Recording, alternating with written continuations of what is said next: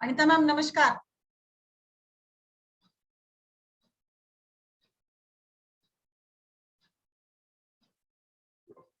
Anita ma'am नमस्कार, प्रणाम। नमस्कार मैम, नमस्कार। हाँ, तो हम लोग अभी 10वां रस वेदी अध्याय 10वां अध्याय हमने स्टार्ट किया है। तो इसमें हम अभी पढ़ेंगे अगला सूत्र जो है कषाय रस के ऊपर है। कषाय रस 20th श्लोक।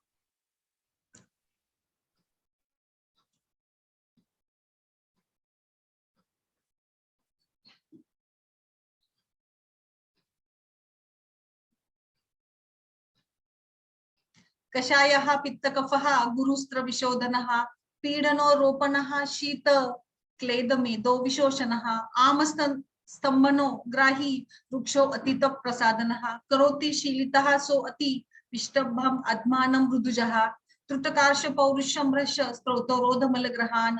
तो कषाय रस की कर्म, कषाय रस पित्त तथा कफ को शांत करता है, गुरु है, रक्तों को शुद्ध करता है। कषाय रस प्रधान द्रव्यों का लेप लगाने से यह पगे फोड़े का पीड़न करता है और कुएं निकल जाने पर रोपण करता है। यह शीतवीर्य है, सड़न तथा मेद धातु को सुखाता है, आमदोष को रोकता है तथा मल को बांधता है। यह अत्यंत रुक्ष होता है, त्वचा को स्वच्छ करता है।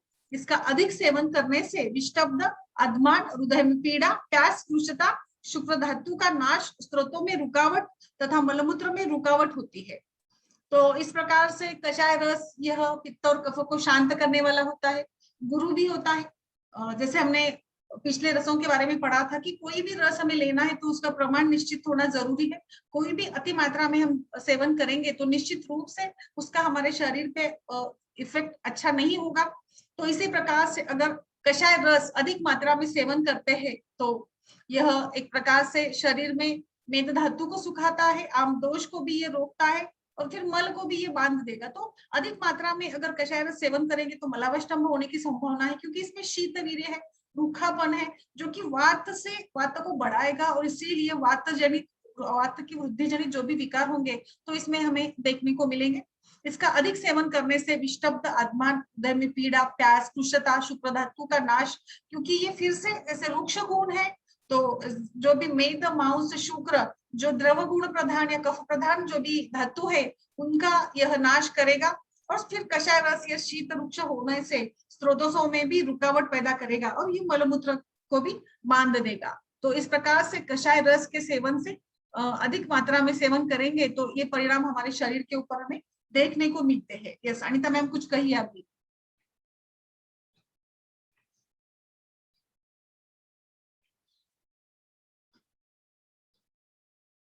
यस मैम, आपको कुछ कहना है?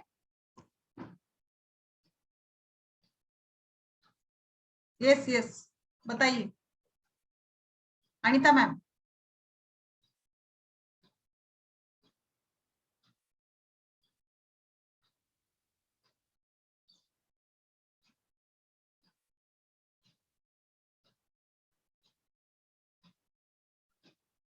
अगला सूत्र पढ़े या Anita ma'am, you are not Audible.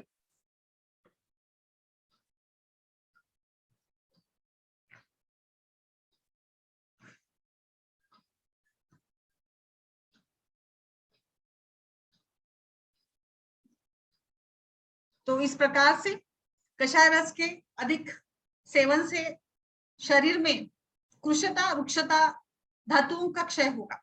आगे का सूत्र मैं पढ़ती हूँ।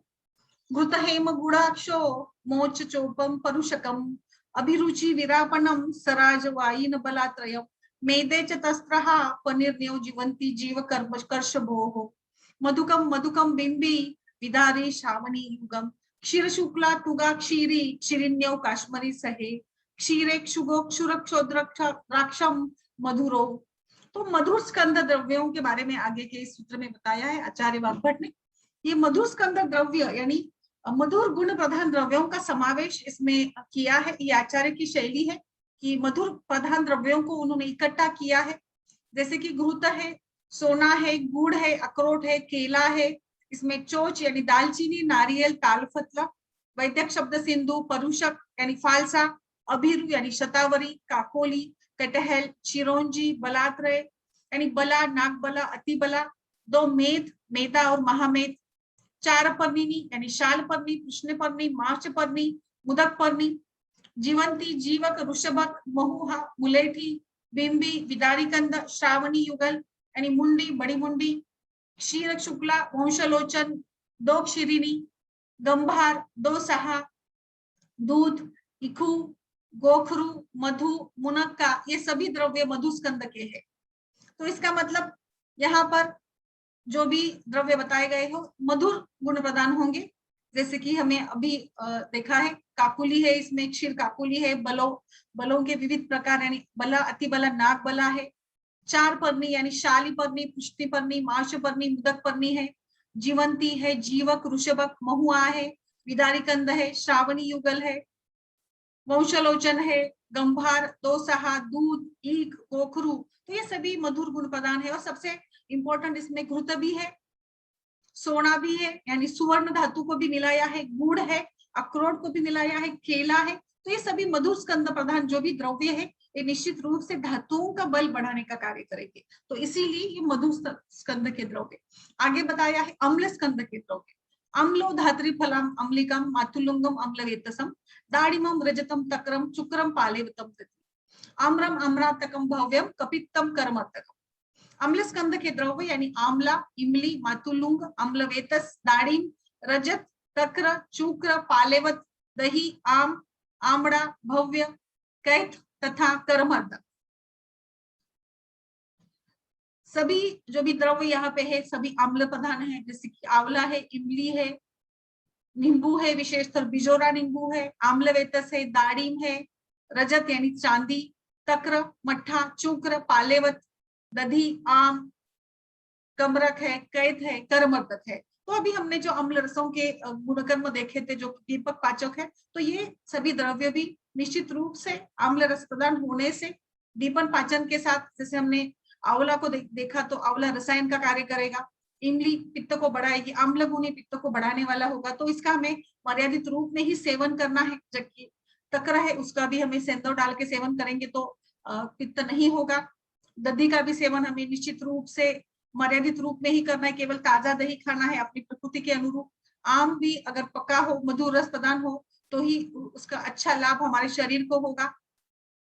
आगे हम पढ़ते हैं लवण स्कंद के द्रव्य, वरम सौवर्चलम कृष्णम बिडम सामुद्रपम ओदिकम रोमकम प्रासृजम शीसम क्षारक्ष लवणो गणः।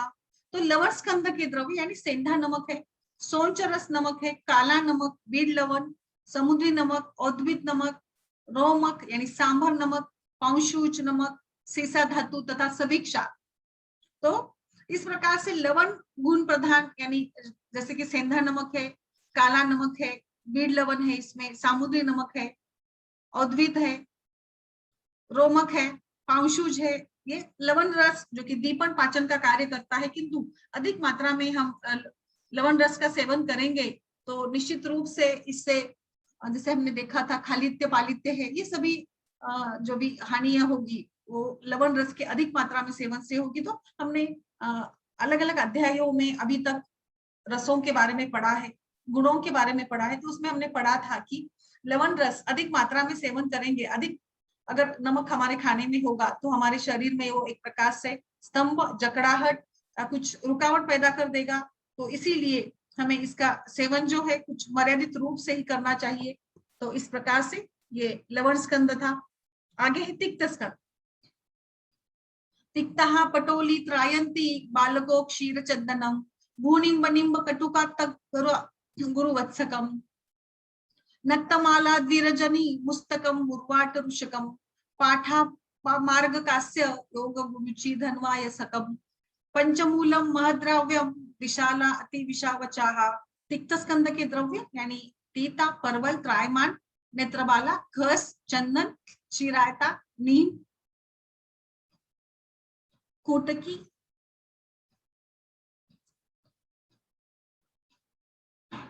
तगर, अगरु, कूटज, नक्तमान, 2 हल्दी यानी दारू हल्दी और हल्दी, नागरमोथा, मुरवा, अड़ूसा, पाठा, अपामार्ग, कास्य धातु, लोह धातु, गुरुचि, धमासा, बृहत पंचमल, बिल्व, सोनपाठा, गंभारी, पाढ़ल, अरणी, वनभंटा, कंटकारी, विशाला, अतिस तथा बालवज, इन सभी का वर्णन इसमें किया है।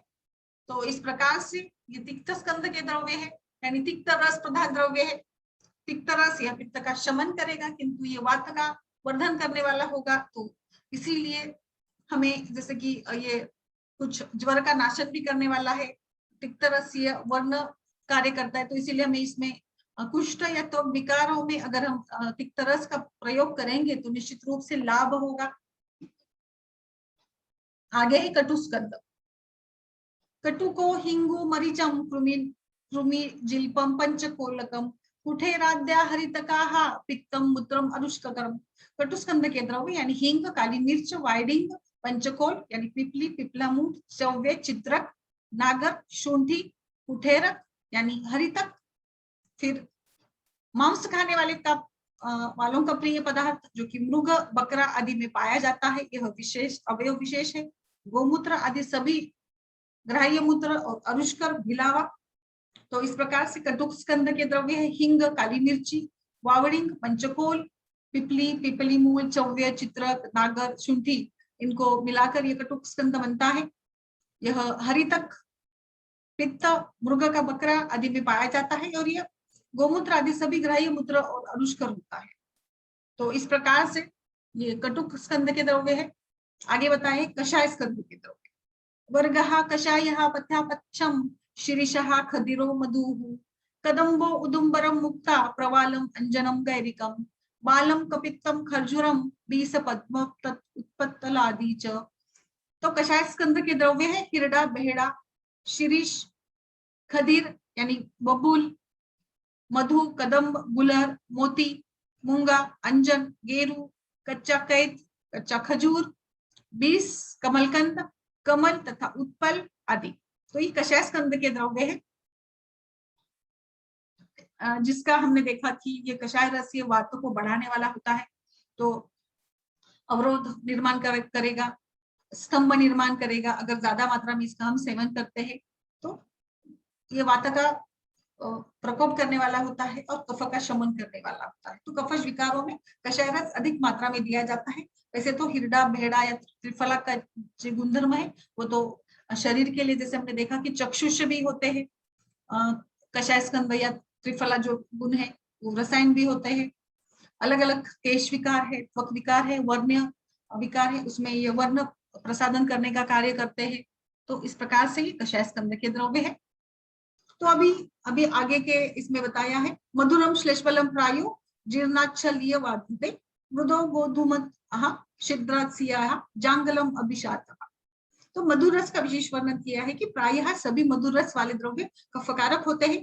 केवल पुराने शाली धान्य जो यानी मूंग है, गेहूं है, मधु है, सफेद मिश्री है, जांगल देश के प्राणियों के मांस को छोड़कर अगर देखेंगे तो ये बताया है मधुर रस का ये विशेष वर्णन उन्होंने किया है कि जंगल देश के प्राणियों का मांस छोड़कर बाकी के जो भी है, जैसे कि चावल है, पुराने धान्य, मूंग है, गेहूं है, मधु है, सफेद मिश्री है, तो ये भी सभी जो भी द्रव्य बताइए मधुर रस के प्रधान बताए गए हैं।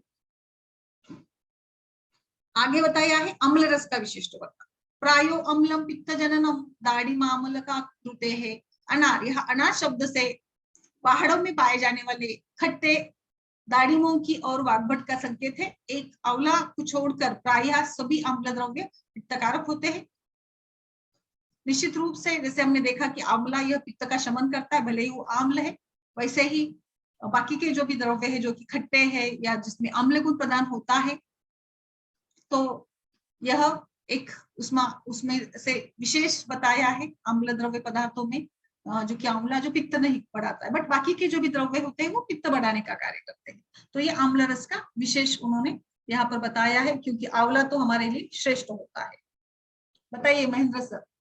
यस जी मैडम। हाँ बस नमस्कार, बताइए। नमस्ते। नमस्ते, बताइए।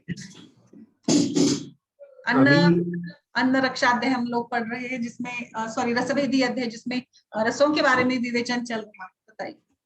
जी, अभी यहाँ पे प्राय खट्टे दाढ़ी की ओर वाग्भट ने संकेत किया है। तो ये जो अ, देश भेद से वर्णन है वो भी यहाँ अपेक्षित होगा कि जो यहाँ पे पहाड़ों में जो मिलते हैं वहां पे बारिश भी ज्यादा होती है, पानी भी बह जाता है और वो पेड़ ऊंचे ऊंचे आते हैं। तो इस हिसाब से वाग्भट वाग्भटाचार्य जी को यह अपेक्षित होगा कि पहाड़ों के द्रव्य, और यहाँ आंवला छोड़ के सभी अम्ल द्रव्य पित्त कारक होते हैं ऐसे बताया है। तो आंवला को रसायन बताया है। तो आंवला रसायन होने की वजह से और उसमें ये अम्ल रस प्रदान होकर भी उसका जो विपाक है उस विपाक पर ध्यान दिया जाए तो उस हिसाब से ये अम्ल द्रव्यों का ये है, क्या बोलेंगे हम उसको कि ये जो एक्सेप्शन है। हाँ एक्सेप्शन बोल सकते हैं इसको कि ये एक्सेप्शन है।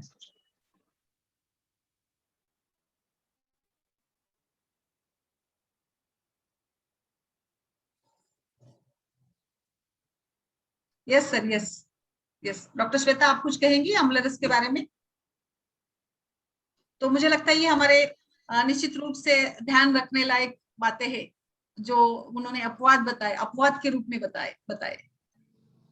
यस, तो आगे का सूत्र पढ़ूं मैं। लवण रस के बारे में बताया है, अपथ्यम लवणम प्रायश्च शुशो अन्यत्रम सेंधावात। सेंधा नमक के अतिरिक्त सभी नमक नेत्रों के लिए अहितकर होते हैं। तो निश्चित हमने लवण रस को भी डिटेल में पढ़ा है, लवण रस के अतियोग से क्या हानि होती है, और निश्चित रूप से सेंधा नमक को सबसे ज्यादा श्रेष्ठ बताया है, और बाकी की जो भी नमक होंगे वो नेत्रों के लिए अहितकारक होंगे, बट सेंधा नमक ही नेत्रों के लिए अच्छा बताया है। तो आजकल जैसे हमने पढ़ा था, हमने चर्चा भी की थी इसके ऊपर की आजकल ज्यादा प्रयास है कि सेंधा नमक की तरफ लोग आकर्षित हुए हैं और ज्यादा से ज्यादा सेंधा नमक खाने की प्रथा भी शुरू हुई है। तो निश्चित रूप से ये आंखों के लिए कुछ अहितकारक नहीं है, तो हमें आहार में इसका समावेश करना चाहिए। बताइए। यस, ये पहाड़ों से आता है, सेंधा नमक जो है वो हाँ, पहाड़ों से आता है। इसके लिए इसमें जो गुणों की विशेषता होगी वो जो खान में या खदान में काम करते हैं तो उनको ये पता होता है कि खदान में जो भी द्रव्य मिलता है उसमें सभी धातु उनकी मात्रा में उनकी पूर्ति रहती होती है।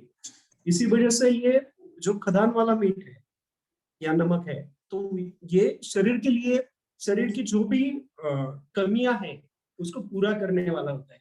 इससे लोह भी मिलेगा, इससे जो भी पंच महाभूत है वो भी सारे मिलेंगे। इसलिए यहाँ पे जो सेंधा नमक है उसका इस्तेमाल करने को बोला है।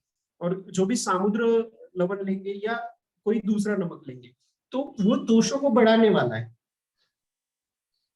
बिल्कुल बिल्कुल बिल्कुल। यस, डॉक्टर केतकी अगला सूत्र पढ़ेंगी? जी मैम। हाँ पढ़िए। सूत्र नंबर 28 ना। हाँ, अभी हम लोग कषाय रस का विशिष्ट वर्णन पढ़िए। सॉरी, तिक्त कटु का पढ़िए। 35। यस। तिक्तः पटोली त्रायन्ति वाला। तिक्तम कटुम च भूयिष्ठम रुष्यम वातोपकम, ये। अच्छा, ओके ओके ओके। हाँ, तिक्तम कटु च भूयिष्ठम दृश्यम वातकोपनम ऋते अमृता पटोलिभ्याम शुंठी कृष्णारसोनतः। बिल्कुल। यहाँ पर तिक्त कटु रसों का विशिष्ट वर्णन किया है। जैसे हमने लवण रस के बारे में पढ़ा, वैसे ही गुरुची तथा तिक्त परवल के बिना प्रायः सभी तिक्त द्रव्य अवरुष्य होते हैं, यानी पीड़े का नाश करते हैं और वात को भी बढ़ाने वाले होते हैं। यानी इसका मतलब है गुरुची और फिर परवल, ये दोनों जो है ये वीर्य का नाश भी नहीं करते, ये वात को बढ़ाते भी नहीं है। इनको छोड़कर जो भी हमने अभी तक तिक्त स्कंद द्रव्य पढ़े थे वो सभी अवरुष्य है और ये वीर्य का नाश भी करेंगे और वात को बढ़ाएंगे भी। वैसे ही कटु द्रव्यों में देखेंगे तो शुंठी, पिंपली, लहसुन को छोड़कर प्रायः सभी कटु द्रव्य भी अवरुष्य और वातकर बताए हैं। यानी शुंठी, पिंपली और लहसुन जो होगा वो वात को नहीं बढ़ाएंगे, या फिर वो धातु यानी शुक्र धातु का भी कर्म नहीं करेंगे, या फिर वो वृक्ष जो कर्म है उनका, वाजीकरण का जो कर्म है, शुक्र धातु का जो बल बढ़ाने का कार्य है वो करते रहेंगे, उसमें कुछ कमी नहीं आएगी। बट बाकी के जो भी कटु द्रव्य है ये निश्चित रूप से अवरुष्य होंगे, शुक्र का नाश करेंगे, वात का भी ये वात को भी बढ़ाएंगे। तो निश्चित रूप से हमें, जैसे हमने पढ़ा है कि कटु रस अधिक खाने से, क्योंकि कटु रस के गुण अगर हम देखेंगे तो ये शुक्र आदि जो भी कफ प्रधान धातु है इनके अपोजिट गुण इनमें बताए गए, तो इसीलिए ये शुक्र का नाश करेंगे। बट जैसे शुंठी है, लहसुन है, पिपली है, पिपली तो हमें पता है कि रसायन का कार्य करता है, शुंठी को भी रसायन में उपयोग में लाया जाता है। जैसे हम कोई भी रसायन का कल्प देखेंगे तो इसमें ये होता है। और लहसुन ये भले ही उष्ण गुण वाला हो, बट एक प्रकार से इसमें जो गुण है हम देखेंगे और सत्व रजतम की ओर हम बढ़ेंगे तो इसमें थोड़ा रजत है, निश्चित रूप से तम की भी मात्रा होती है। और जैसे लहसुन या प्याज खाना ये एक जैसे मन में मोह इंद्रियों को भी ये कुछ एक प्रकार से स्टिमुलेट करने का कार्य करते हैं। और इसीलिए जो भी तपस्वी लोग होते हैं वो लहसुन और प्याज नहीं खाते हैं ताकि इंद्रियों को कंट्रोल में रख सके। तो इनका खाना निश्चित रूप से मुझे लगता है कि रज और तमोगुण बढ़ाकर शुक्र धातु का कर्म बढ़ाने में मदद करेगा। बताइए सर। जी, अभी यहाँ पे शुक्र जो है उसको विश्व भेषज भी कहा है। हाँ बिल्कुल बिल्कुल, यस। तो उस हिसाब से इसका विचार किया जाए तो ये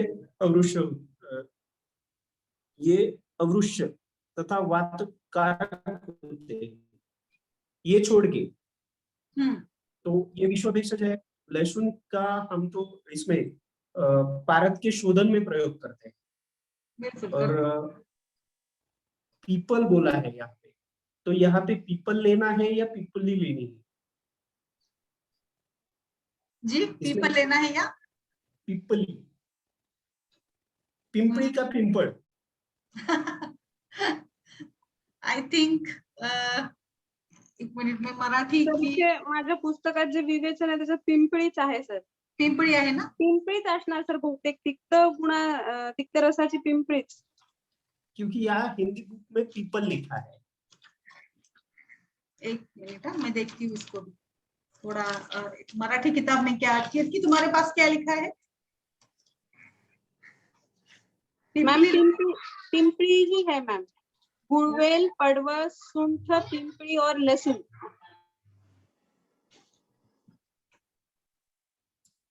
तो यहाँ पे रुते, अमृता, पटोली, तो अमृता और पिपली ही है। हाँ, पिपली ही अमृता और पटोल का यहाँ पे वर्णन ही नहीं किया है हिंदी बुक में। कौन सी बुक में? ये जो ब्रह्मानंद त्रिपाठी की बुक है उसमें नहीं किया है। सौंठ, पीपल, लहसुन ऐसा ही लिखा है। गुरुश और मैंने अभी उसी का तो मतलब मैंने उसी का तो बताया। हाँ, शौंठ, पिपली और लहसुन बताया है इसमें। शौंठ, पिपली, लहसुन और फिर गुरुची और तिक्त परवल, तिक्त वाला, तिक्त रस वाला गुरुची और परवल है, और कटु रस वाले में शुंठी, पिंपली और लहसुन है। हाँ, रसों। यस, बताइए। आप भी बताइए डॉक्टर श्वेता मैम कुछ।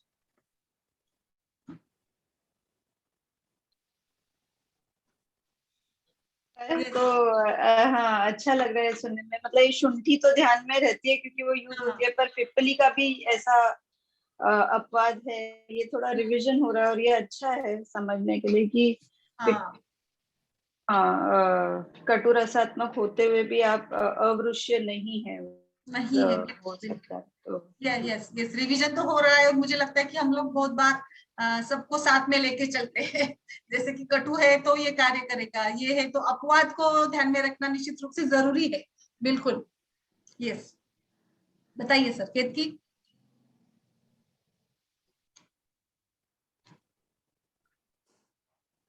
आगे का पढ़िए सूत्र। बस मुझे लगता है कि कार्यकारण मीमांसा पढ़ने की जरूरत है, मतलब समझने की जरूरत है क्यों है, ताकि हम प्रयोग में ला सकेंगे तो हमें याद रहेगा कि नहीं तो यहाँ पर इसको नहीं देना है या देना है। जो भी सारे रूल्स होते हैं या जो भी डिसीज वाइज हम चलते हैं तो तब हमें ये निश्चित रूप से मदद करेंगे। बस बताइए। जो नया वैद्य होता है उसके प्रैक्टिस में ये छोटी छोटी बातें बहुत काम करती है, क्योंकि उसका जो भी प्रैक्टिस शुरुआत से चालू होता है तो वो चूर्ण के बेस पे चालू होता है। बिल्कुल। हाँ, क्योंकि उसके पास रसद्रव्य स्टार्टिंग में उसमें इन्वेस्टमेंट करना ये थोड़ा सा दिक्कत वाला काम होता है। यस यस, और वो थोड़ा सा मतलब एक अनुभव नहीं होता है, तो पहले तो हम लोग चूर्ण वटी कुटी की तरफ ही जाते हैं, फिर जैसे जैसे हमारा अनुभव बढ़ेगा वैसे वैसे फिर कुछ अनुभूत कल्प है, कुछ अलग अलग जो भी भस्म है उनका प्रयोग करने की हम लोग डेयरिंग भी कर पाते हैं निश्चित रूप से। बिल्कुल, यस, बताइए, आगे बढ़िए केतकी। जी मैम, आगे दो कषाय रस का और उसके आगे का एक साथ लूं। हाँ, यस।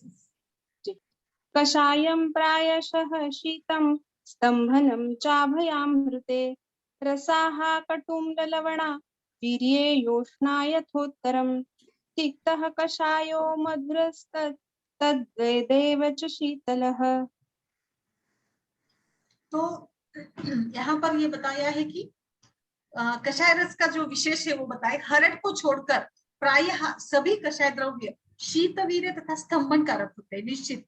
तो हरितकी तो हमने बताया, जैसे कि हमने पढ़ा है हरितकी को बार बार, तो इसको तो पथ्या बताया है, धात्री के रूप में बताया है, और हिरडा खाने से कुछ ना कुछ लाभ शरीर को मिलता है, इसीलिए उसको माँ का भी दर्जा दिया है, हमने इसको पढ़ा था। तो हरितकी भले ही कषाय और शीत है, फिर भी वो स्तंभन नहीं करती है, और इसीलिए हरितकी का प्रयोग मुझे लगता है हर स्रोतों के ऊपर आयुर्वेद में बताया है। और दूसरा जो बताया है इन्होंने कि कटु आम्ल तथा लवण रस वीर्य की दृष्टि से उत्तरोत्तर अधिक उष्ण होते हैं, और तीक्त कषाय मधुर रस वीर्य की दृष्टि से उत्तरोत्तर अधिक शीत होते हैं। यानी सबसे शीत अगर कोई वीर्य है, मतलब रस है, तो मधुर रस है, इसके बाद कषाय है और तीक्त है। उष्ण को देखेंगे, सबसे ज्यादा उष्णता लवण रस में है, फिर आम्ल में है, और फिर कटु में है। तो इस प्रकार से उत्तरोत्तर उष्ण और शीत, ये रसों के हिसाब से उन्होंने वीर्य के प्रभाव को भी बताया है। और फिर हमने जैसे अभी बताया कि हिरडा को छोड़कर बाकी सभी कषाय द्रव्य यह शीत वीर्य तथा स्तंभन कारक होते हैं। बताइए अपना अनुभव। तो मुझे लगता है कि बहुत सारे कषाय द्रव्य है जो कि हम लोग स्तंभन करने के लिए उपयोग में लाते हैं। अतिसार है या रक्तस्राव, जहां पर भी कोई भी द्रव्य शरीर के बाहर चला जाता है, वहां पर हम लोग यही चूज करते हैं, कषाय रस प्रधान द्रव्यों को ही हम सेलेक्ट करते हैं स्तंभन के लिए, शीत प्रदान होने से।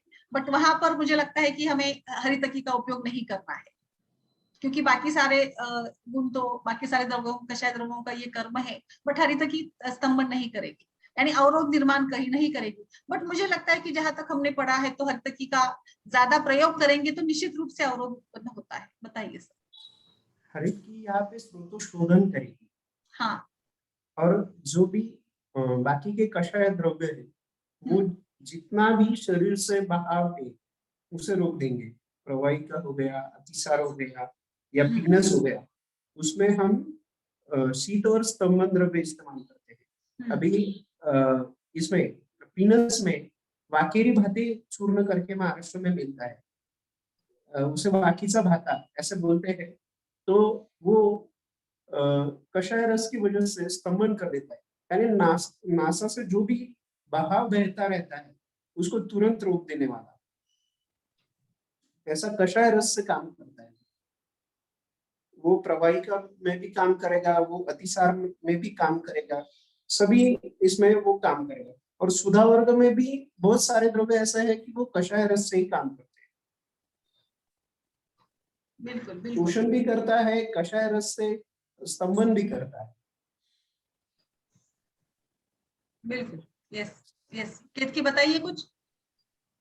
जी मैम, रक्त स्तंभन के लिए तो हम बिल्कुल यूज करते ही हैं नागकेशर जैसा, लोध्र जैसा जो हाँ, स्तंभक होते हैं कषाय द्रव्य, वो तो बहुत अच्छा साबित करते हैं, स्तंभन साबित होते हैं ब्लीडिंग अशोक को पेशेंट का। तो गर्भाशय का रसायन पता है। कौन सा sir, sorry? Ashok, Ashok. Okay, हाँ सर, हाँ जी जी जी जी। स्त्रियों के लिए बहुत ही कारगर लाभकारी वनस्पति है अशोक। जी, यस। अशोक तो बिल्कुल हम लोग बहुत बार उपयोग में लाते हैं ना, प्रदर वगैरह रोगों में बहुत इसका अच्छा उपयोग होता है अशोक का भी। यस यस, आगे का सूत्र पढ़िए। जी मैम। हाँ, तिक्तः कटु कषायश्च वृक्षाबद्धमलास्तथा। तिक्त कटु कषाय रस वाले द्रव्य उत्तरोत्तर रुक्ष गुण वाले तथा मल को बांधने वाले होते हैं।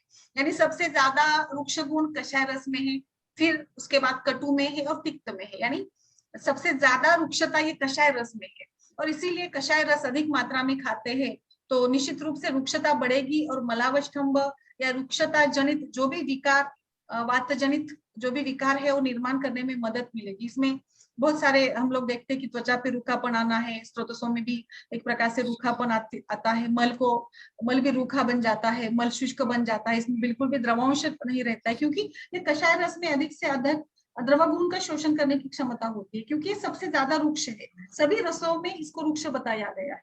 तो मुझे लगता है मधुर, आम्ल, लवण, कटु, तिक्त, कषाय, ये जब जिस प्रकार से हम लोग पढ़ते हैं उसी क्रम से उसका सेवन भी शायद वही प्रकार से करना है, यानी कम ज्यादा मात्रा में देखेंगे तो मधुर, आम्ल, लवण, कटु, तिक्त, कषाय। तो कषाय रस बहुत ही थोड़ी मात्रा में हमें खाना होता है, बहुत ही थोड़ी मात्रा में हम खाते भी है। यस, बताइए। अभी यहाँ पे पान फूटी, जो महाराष्ट्र में उसको पान फूटी बोलते हैं, तो उसका भी विचार किया जाए तो उसका रस कषाय है, पर वो पेट को साफ कर देता है, वो पथरी में भी काम आ जाता है, आता है, पर वो वहां पे स्तंभन कार्य नहीं करता है, वो स्रोतोशोधन कार्य करता है। यस यस यस, बताइए। जी मैम, आपने जो क्रम से बताया ना, ये संहिता ग्रंथों में मुझे लगता है जो क्रम महात्म्य है ना, वो सबसे ध्यान देने लायक चीज है। बिल्कुल बिल्कुल क्या क्रम से चिकित्सा बताई है, क्या क्रम से उन्होंने रोग बताए हैं, वो उसी क्रम से उसके ऊपर ध्यान देना बहुत जरूरी है। यस, और मतलब हर बार जो भी बताते हैं लक्षण हो या कोई भी बात होती है तो भी, जैसे दोषों के भी पढ़ते हैं हम लोग, तो वात, पित्त, कफ, तो सबसे बड़ा महान वात दोष है या रोग निर्माण अधिक करता है, तो इसीलिए उसका पहले वर्णन किया है, फिर पित्त का किया है, फिर कफ का क्रिया है। श्रेष्ठता को देखेंगे तो सबसे ज्यादा श्रेष्ठ कफ है, पित्त को मध्यम बताया है और वात दोष को हीन बताया है। तो ये सभी जगह देखिए, रस, रक्त, मांस में धातु का क्रम देखिए, उत्तरोत्तर धातु ये अधिक गुणवान है, बलवान है, श्रेष्ठ कर्म करने वाले बताए हैं। तो इस प्रकार से आपने जैसे बताया, क्रम निश्चित रूप से महत्वपूर्ण है। हम इस बात की ओर कभी ध्यान देते नहीं, लेकिन जिस प्रकार से हम लोग अभी डिस्कस कर रहे हैं तो बहुत ही अच्छे से रिवाइज हो रहा है। मुझे लगता है कि प्रैक्टिकल एप्लीकेशन, प्रैक्टिकल ओरिएंटेशन हमारा निश्चित रूप से बढ़ रहा है। यस, बताइए। जी मैम जी, जो अभी आपने धातुओं की बात की, धातु क्षय में क्रम महात्म्य से रस धातु की चिकित्सा सबसे पहले करेंगे तो उत्तरोत्तर धातु वर्धन में बहुत अच्छा लाभ होता है। बिल्कुल बिल्कुल, और धातुगत अवस्था है, बहुत सारे आयुर्वेदिक जो भी बेस है, कंसेप्ट है हमारा मूल, तो इसी पे आधारित है मुझे लगता है, तो निश्चित रूप से। यस, बताइए। जी मैम जी। वस्तु द्रव्य मिलान में भी क्रम का महत्व ज्यादा बताया है कि मधु, सैंधव, इसी क्रम से उसको मिलाना है, उसके बाद तेल, उसके बाद काढ़ा। इसी प्रकार से वस्तु द्रव्य का जो भी मिलान है वो किया जाना चाहिए। हम जब सीखते थे या पढ़ते थे तब हमने अगर इस क्रम को उल्टा कर दिया या उल्टा पुल्टा कर दिया तो सर हमको वो द्रव्य फेंकने को बोलते थे और फिर से क्रम से मिलाओ बोलते थे। तो ये क्रम से मिलाने में जो लॉजिक है वो ऋषि ही बता सकते हैं। सर क्रम तो हमें, मुझे लगता है खाना बनाने में भी क्रम जरूरी होता है। हम सब्जी डालकर बाद में तेल डालेंगे तो सब्जी अच्छी नहीं बनेगी, उसके गुण भी नहीं बनेंगे। कोई भी बात है, आप कोई भी व्यंजन बनाएंगे तो इसमें क्रम निश्चित रूप से जरूरी होता है। उसी क्रम से बनाएंगे तो रुचि भी आएगी, उसका कलर आएगा, उसका स्वाद आएगा, उसकी मतलब सभी गुण उसमें आएंगे, नहीं तो नहीं आएंगे। कभी भी कुछ भी गड़बड़ में हम लोग बना देते हैं तो वो नहीं अच्छा लगता, और उससे धातु का, शरीर का पोषण भी नहीं अच्छा होता। यस, बताइए आगे। जी मैम।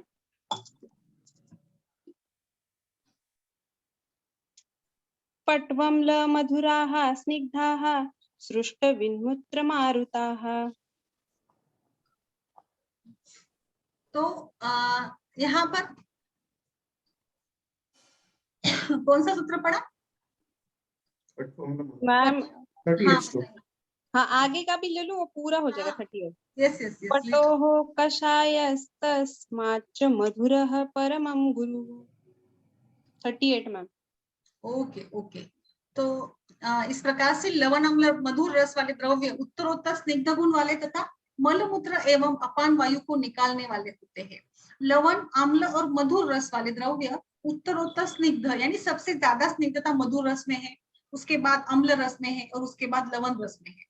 तो इस प्रकार से सबसे ज्यादा स्निग्धता मधुर रस में हमें पता है कि मधुर रस शरीर में किस प्रकार से स्निग्ध गुणों से शरीर के धातुओं का बल बढ़ाता है, प्रीणन का कार्य करता है, धातुओं का बल बढ़ाने के साथ साथ सभी शरीर अवयवों को, स्रोतसों को, हमारे अभ्यंतर सभी जो भी सिस्टम्स है, स्रोतस है, सभी मार्ग जो भी है हमारे शरीर के, उन सभी को ये स्निग्धता देने का कार्य करता है। और इसीलिए मलमूत्र एवं अपान वायु को निकालने वाला होता है। जैसे मधुर विपाक के भी हम लोग कार्य देखेंगे तो शुष्ट मलमूत्र का बताया है, यानी मधुर गुण वाले पदार्थ हमारे आहार में होते हैं, तो मलमूत्र शरीर से बाहर जल्दी से अच्छे से निकल जाने में मदद मिलती है, क्योंकि उनमें स्निग्ध गुण होता है। लवण रस से कषाय रस एवं कषाय रस से मधुर रस गुण में अधिक गुरु होता है, यानी लवण रस से कषाय रस और कषाय से अधिक मधुर रस, अधिक गुरु। तो अभी जैसे हमने पढ़ा, सबसे गुरु है मधुर रस, उसके बाद है कषाय रस और सबसे कम है लवण रस। तो इस प्रकार गुरुता में भी मधुर रस अधिक गुरु है। हमें इसका बहुत ही निश्चित रूप से अनुभव भी है। जैसे हमने बार बार पढ़ा है कि जब हम आहार का सेवन करते हैं तो सबसे पहले तो जैसे सुस्ती, आलस्य, तंद्रा, ग्लानि आती है, तो ये मधुर रस प्रधान द्रव्यों का आहार में अधिक मात्रा होती है, तो गुरुता अधिक होती है। कोई भी कहाँ पर भी ये सूत्र हम अप्लाई कर सकते हैं, चिकित्सा में भी कर सकते हैं, अगर गुणों को बढ़ाना है तो भी कर सकते हैं। कोई कृषि व्यक्ति है, उसको हमें स्थूल बनाना है, उसके शरीर में धातुओं को वृद्धि करनी होती है, तो हम मधुर गुण का यूज करेंगे तो स्निग्धता भी